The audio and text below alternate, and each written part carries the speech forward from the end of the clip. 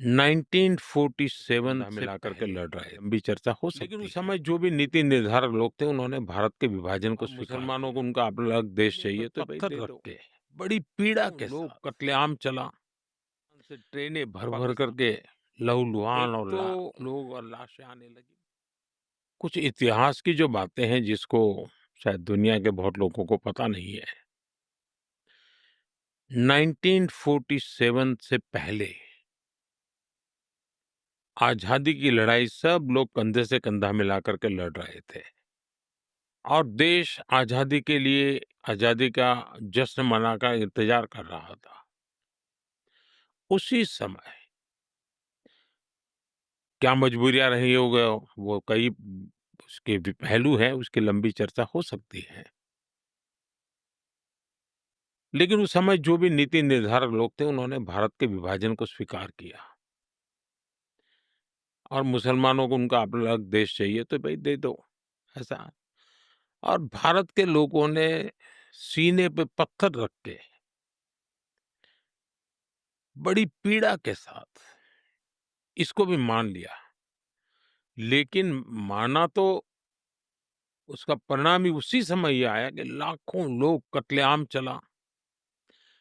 पाकिस्तान से ट्रेनें भर-भर करके लहूलुहान और लोग और लाशें आने लगी। बड़ा डरावना दृश्य था। उन्होंने अपना पाने के बाद उनको लगना चाहिए था कि चलो भई हमें हमारा मिल गया, भारत को लोगों ने दे दिया है, भारत का धन्यवाद करें, हम सुख से जिए। उसके बजाय उन्होंने लगातार भारत से संघर्ष का रास्ता चुना।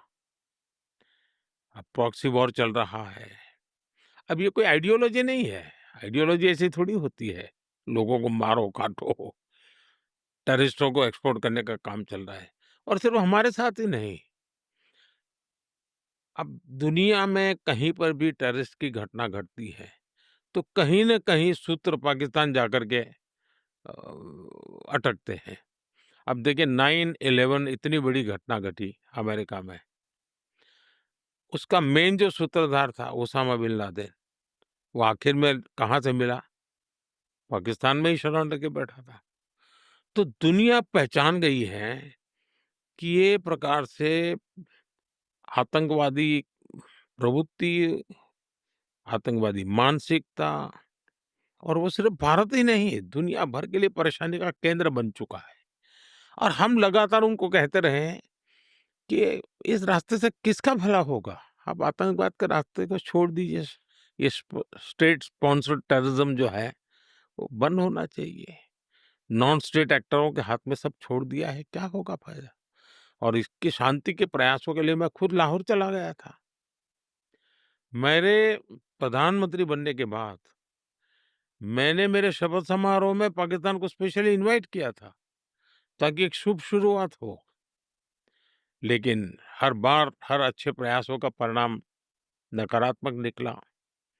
हम आशा करते हैं कि उनको सद्बुद्धि मिलेगी और सुख शांति के रास्ते पर जाएँगे और वहाँ की अवाम भी दुखी होगी, ऐसा मैं मानता हूँ। क्योंकि वहाँ की अवाम भी ये नहीं चाहती होगी कि रोज़मर्रा की ज़िंदगी जिए। इस प्रकार के मार-धाड़, लोही-लुहान, कट क बच्चे मर रहे हैं, जो टेररिस्ट बन कर के आते हैं, उनकी ज़िंदगी तबाह हो जाती है।